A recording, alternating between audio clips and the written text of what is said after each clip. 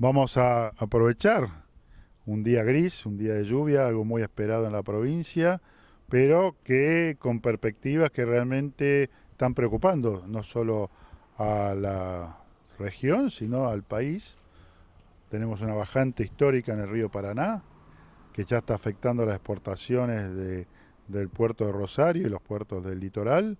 Así que hablar con un agrometeorólogo es más que oportuno para ver qué es lo que está pasando y qué es lo que va a pasar o cuáles son las perspectivas. Bueno, José Olinuc, que trabaja en el INTA Cerro Azul, en la experimental, nos va a dar el panorama. Vamos a empezar por la región, que es lo que más importa a nuestros productores. Y después hablemos del panorama nacional y mundial. Buenas tardes. Sí, estamos transmitiendo o trans, perdón, estamos transitando una época muy difícil desde el punto de vista de las lluvias, porque desde junio del 2019 estamos teniendo lluvia por debajo de lo normal. Ya en ese año, a partir de junio hasta diciembre, llovió 300 milímetros por debajo de lo que tendría que haber llovido.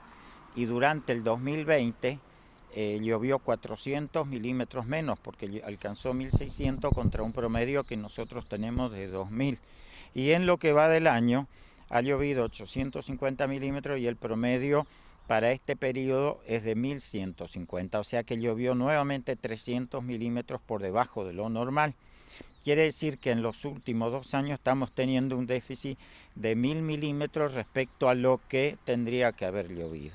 Y dentro de ese periodo de 2 años hubo algunos meses donde las lluvias fueron normales y hasta abundantes, por encima incluso de lo normal.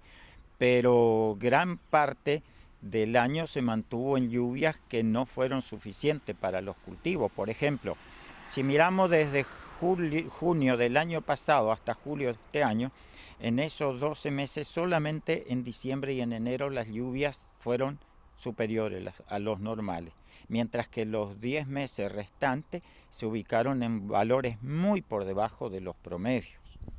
Nosotros desde el año pasado tuvimos un fenómeno muy extraño. Normalmente, estadísticamente, octubre es el año más llovedor. Estadísticamente, el mes de octubre es el mes más llovedor. Y no ocurrió esto, es una sequía muy intensa que afectó casi todas las actividades. ¿Qué posibilidades es que esto se vuelva a repetir? Si el año, como decías, el año pasado, justamente septiembre y octubre, fue el bimestre más seco de la historia. Si miramos ese bimestre de septiembre-octubre comparando la serie de 55 años, fue el más seco de la historia para nosotros. Llovió solamente 89 milímetros en ese bimestre y el promedio normal de ese bimestre es de 384 milímetros.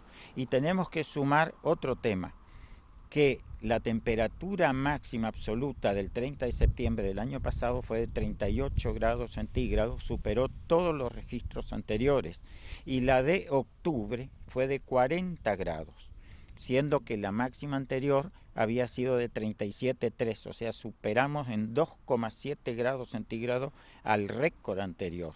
O sea que fue un bimestre récord en cuanto a temperaturas máximas y récord en cuanto a escasas lluvias. Eso tuvo consecuencias gravísimas para el agro de la provincia, porque es una época donde los cultivos están haciéndose a pleno, creciendo en brotación, en floración, así que eso fue realmente grave.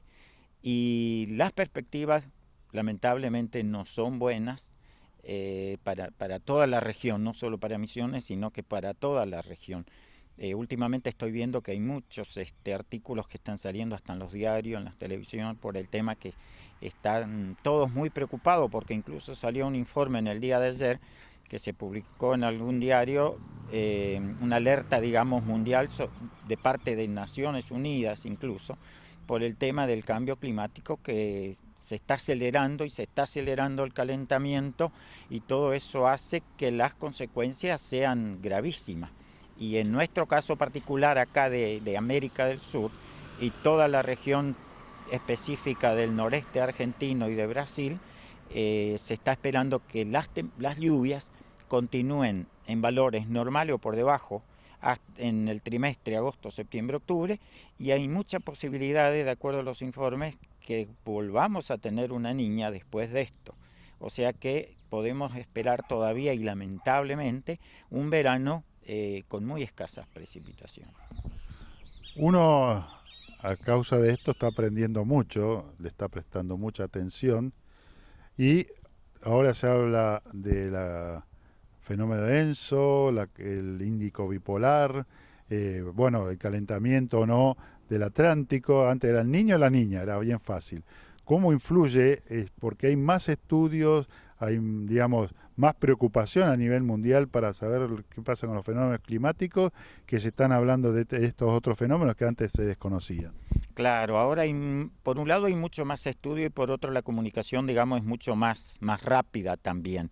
Pero realmente en este último informe, por ejemplo, y eso causa que todo el mundo, después es motivo por el cual todo el mundo empieza a hablar más, es que se está avisando que se aceleró, digamos, mucho el calentamiento y lo que creían que iba a tardar, por ejemplo, 30 años en aumentar 1,5 grados centígrados, la temperatura, eso probablemente ocurra de acá a los próximos 15 y 20 años. Y por lo que ya aumentó y por lo que se espera que siga aumentando, trae consecuencias gravísimas, por ejemplo, en el tema del crecimiento del océano, de la altura. El océano dice que con 1,5 grados centígrados ya se puede esperar 1,5 metros, 2 metros de altura, el aumento del nivel. Y el nivel de los océanos puede aumentar hasta 3 metros si la temperatura, y que es muy probable que pase, aumente 2 grados centígrados en los próximos 20 a 30 años.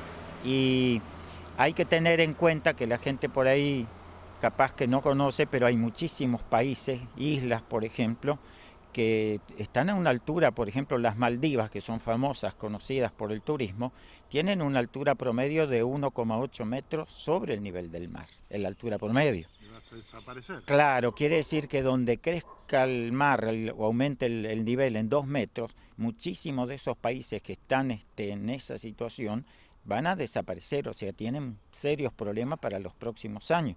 Es por eso que muchos países se han reunido y justamente ahora estaban sacando un comunicado, un pedido mundial como para que se tomen medidas más serias porque realmente corren peligro y las consecuencias son gravísimas, ¿no?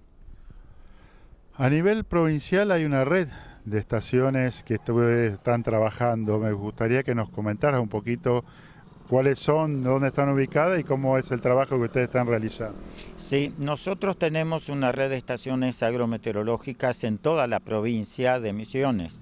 Esto ya viene desde 1967 que se instaló en Cerro Azul y a lo largo del tiempo fuimos instalando y cubriendo toda la provincia. Son aproximadamente 50 estaciones auxiliares, meteorológicas, ¿no? Las convencionales. Y también y afortunadamente hace aproximadamente 8 años que comenzamos a instalar o se instaló una red de estaciones automáticas. Esas nos permiten en tiempo real tener información de los puntos extremos sería de la provincia, porque esas automáticas están instaladas en Posada, en Iguazú, en Irigoyen, por ejemplo, en la zona central de la provincia como Monte Carlo y San Vicente, y eso en forma permanente entonces podemos ver en cualquier momento, digamos, cuánto ha llovido, qué temperatura tienen, y es de acceso libre y gratuito para cualquier persona de la zona, ¿no? O cualquier persona simplemente.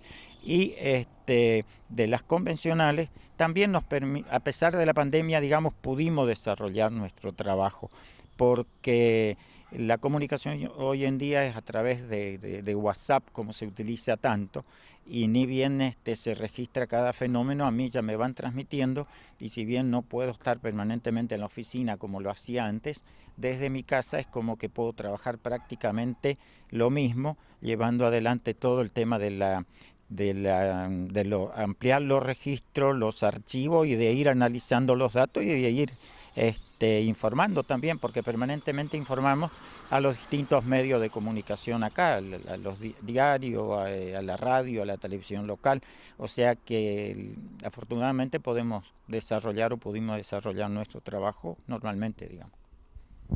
Bueno, te agradecemos mucho, José. Preocupante el panorama, pero también es una advertencia para los productores para que protejan sus cultivos, protejan sus, digamos, es una advertencia para los productores para que no solo vean cómo manejar sus cultivos, sino fundamentalmente todo lo que es el manejo de los suelos para evitar la evaporación, que es una de las consecuencias de mal uso a veces de las herramientas. De esta manera nos despedimos hasta un próximo programa de Tecnificando el Agro.